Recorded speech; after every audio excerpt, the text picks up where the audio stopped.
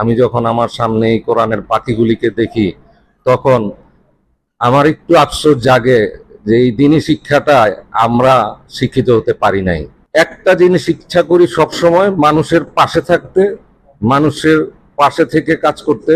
সেই দোয়া আপনারা করবেন যাতে মানুষের পাশে থাকতে পারি। আমৃত্যু মাসখানেক আগে আপনাদের এই মাদ্রাসা এসেছিলাম এবং আসর নামাজ, এই সেম টাইম আসর নামাজ পড়ে আপনাদের সাথে কিছু কথাবার্তা আমরা বলে গিয়েছিলাম। এবং আমি যখন এখানে এসে এই আপনাদের কার্যক্রম, গত 50-60 বছরের এই মাদ্রাসা, অনেক পুরনো মাদ্রাসা, এটা আল্লাহর ঘর এবং আল্লাহর বাড়ি। মাদ্রাসা যে শিক্ষায় আপনারা শিক্ষিত হচ্ছেন, আল্লাহ কবুল করবেন ইনশাল্লাহ। আপনাদের উসিলায় যদি আমাদেরকেও কবুল ফরমান বা কবুল করেন, শুকর আলহামদুলিল্লাহ।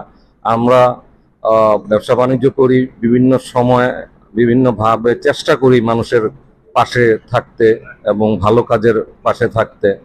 আপনারা দোয়া করবেন যে যাতে আপনাদের এই দিনী কার্যক্রমের সাথে আমরা সব সময় আপনাদের পাশে থাকতে পারি, তোমাদের পাশে থাকতে পারি।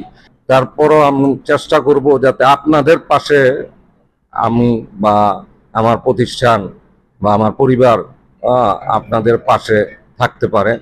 সেই জন্য আপনাদের দোয়া চাই। একটা জিনিস আপনারা দোয়া করবেন সব সময়, যে আমার ভিতরে, আমি বিশ্বাস করি আমার ভিতরে কিছু আলো এখনো আছে এবং এই সততার আলোয় উজ্জীবিত হয়ে জীবন পাড়ি দিতে চাই এবং আপনাদের পাশে থাকতে চাই। যে ইচ্ছায় আমি ইচ্ছা প্রকাশ করেছি, আল্লাহ যদি কবুল করেন আলহামদুলিল্লাহ, আল্লাহ যদি কবুল না করেন তাও বুঝে নিব যে এটা আল্লাহর ইচ্ছাই, ভালোর জন্যই হবে। আমরা গতবার যখন আমরা এসেছিলাম, আমরা আপনাদের যেই অবস্থার বর্ণনা আপনারা দিয়েছিলেন, একটা জায়গা টায়গা কোনো কিছুর একটা আপনারা চিন্তা ভাবনা করছেন, সবকিছু দেখে আমাদের একটা ইচ্ছা ছিল যে আমরা এটা পার্ট হব, আমরা আপনাদের অংশ হব এই চেষ্টার।